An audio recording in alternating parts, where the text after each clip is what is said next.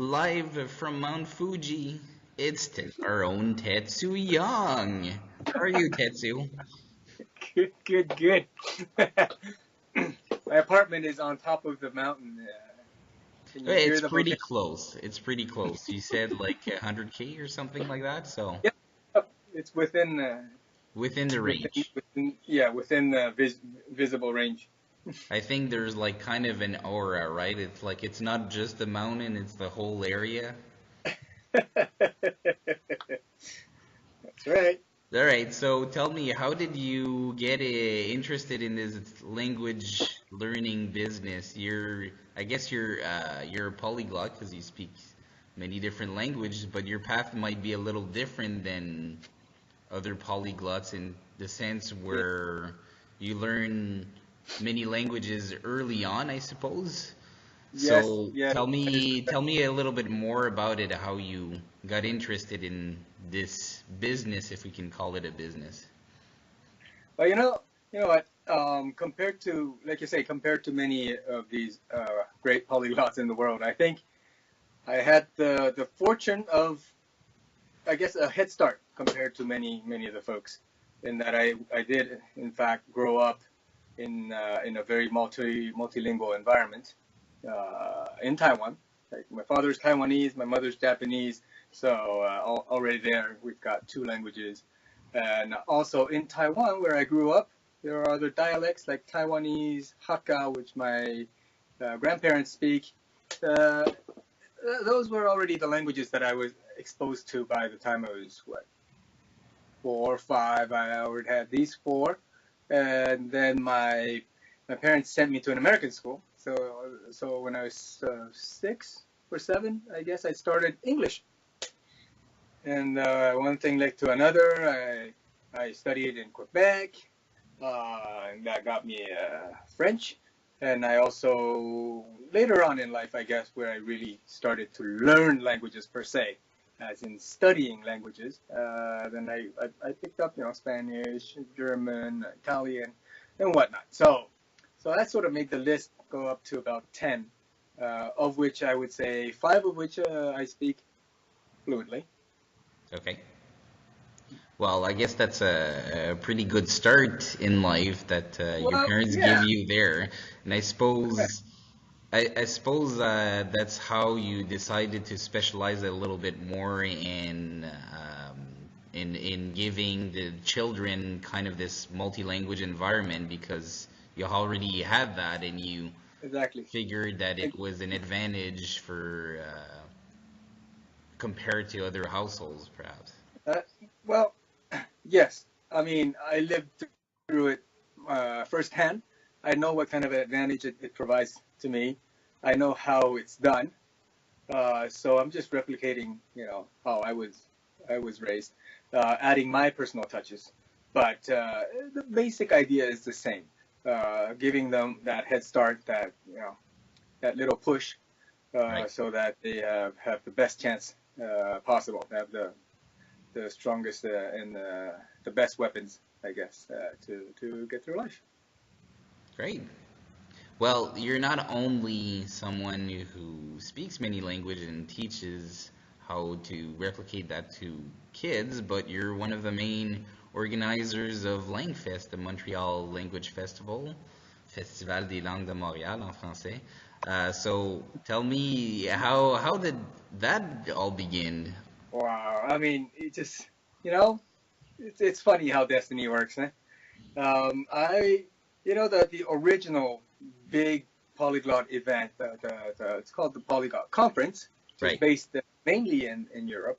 It started about 5 years ago, I guess. And when I found out that they were coming over to North America in New York City in 2015, I signed up and went to that Polyglot Conference, and it was just amazing. Really blew me away, and made some friends over there. And we said, how about we do a little gathering, in North America, and just invite, some friends, polyglots, and sort of exchange. Never thought of really a big thing, but just a local gathering. That's how it started, and we did this little vote to see which city it should be in, and okay, Montreal just came out first. So being a local to Montreal, and myself and Joey, we had to take the lead on that, and he had some good connections. I had some good connections, and we had Steve Kaufman was one of the first ones, to Right. jump in and help us, and that was a tremendous boost. And he's coming So back this year, so absolutely, so he is actually helping out as an executive advisor to us. So, even the name LangFest, was his idea. right, We had his because blessing last to year be able. you were the North American Polyglot Symposium, Yes, and this year yes, it's a little bit more of a flavor of Montreal, correct, Montreal Language Festival. Of course, we all correct. know that Montreal has so many festivals, so why not? Why not have a language I think festival on top of why not say the beginning of summer in Montreal? You started off with the Jazz Fest, and you ended off with the Lang Fest. In the middle, it? you have your Just for Laughs Fest. It just goes very well. You know, Wonderful. Culture is everything in Montreal. It is really the best place to have this kind of a festival, Right. and the name, itself just was perfect. When Steve came up with that name, we begged him to let us use it. And so this is the second year that it's going on. We have many good speakers coming in this year, but are you telling me that this Good is speakers, a good new, speakers. No, no, no. Leo, amazing speakers. all right, We- amazing we've got speakers, we've got some, top of the top of the top of the cream of the cream of the. crème I de mean, la we have crème. Steve and Krashen is going to be with us this year. I mean, it's just amazing how we were able to access this person again through Steve Kaufman. And we've got this little girl, Bella. She's a Russian girl. She's only 4 years old, and she can speak 7 languages. I mean, Working on her eighth Italian. that's right. That's right. Uh, when names like Richard Simcott and Alex Rawlings are in your roster, it means something, right? And we've got Lydia, okay, who's preparing the Polyglot Gathering this Right. year. So it's it's an amazing roster. So So are you definitely. telling me, Tetsu, that like you just begin a tradition that will continue every year? Are you telling exclusively right now on the LangFest channel that LangFest will continue every year? it it will not only continue, it will expand. Okay, we have decided that Montreal was the best place to hold this kind of activity. So our base will be Montreal. I mean, I live there. Right. I mean, Joey's there. So it's a place where we come back to every year. But we've got other places that we are pondering. We're thinking about any other types of Langfest. Tokyo Langfest. Why not? Chicago Langfest. Paris Langfest. You name it. It's all a possibility. But we have to start well, and I think last year and this year tells us that we're on the right track.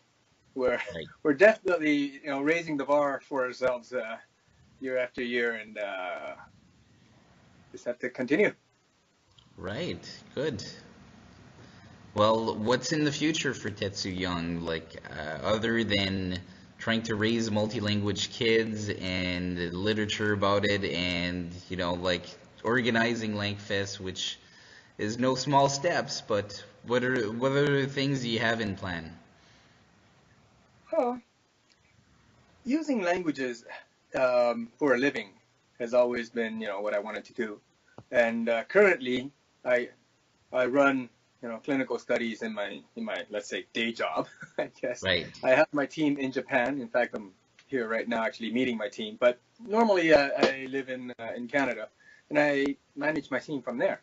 So that already I need languages. I need Japanese. I need English. Sometimes I need Mandarin to talk with my colleagues in other areas in Asia Pacific. So using languages in my professional life is a must, and it's something I'd like to, continuously use. And this type of, activity specific to languages, like organizing the LangFest, like writing books about how to raise multilingual children. This part, I'm still not earning a living with it. But if one day it can become something that I could, that takes a bigger part of my professional life, that would also be fun. Okay. Who knows? At the current time, I'm just fully enjoying myself with LangFest and building this community in Montreal and interacting with the current community that's already out there. A lot from Europe, some from North America. The polyglot community is just getting bigger and bigger, and I'm just glad that I'm there with Joey and our whole LangFest crew, making this making our place, I guess, in the community in North America. Well, Tetsu Yung, thank you very much for taking the time to speak with me today. Not quite live from Mount Fuji, but very close to it. You can And good luck imagine to it. you. Good luck to you in the future. Thank you very much. We'll see Thank you you, Leo. we'll see everybody at LangFest in August. Don't forget to Absolutely. purchase your tickets. Thank you for watching. Remember to subscribe down below and register. You can also follow us on Facebook, Twitter, and Instagram. Have a good day.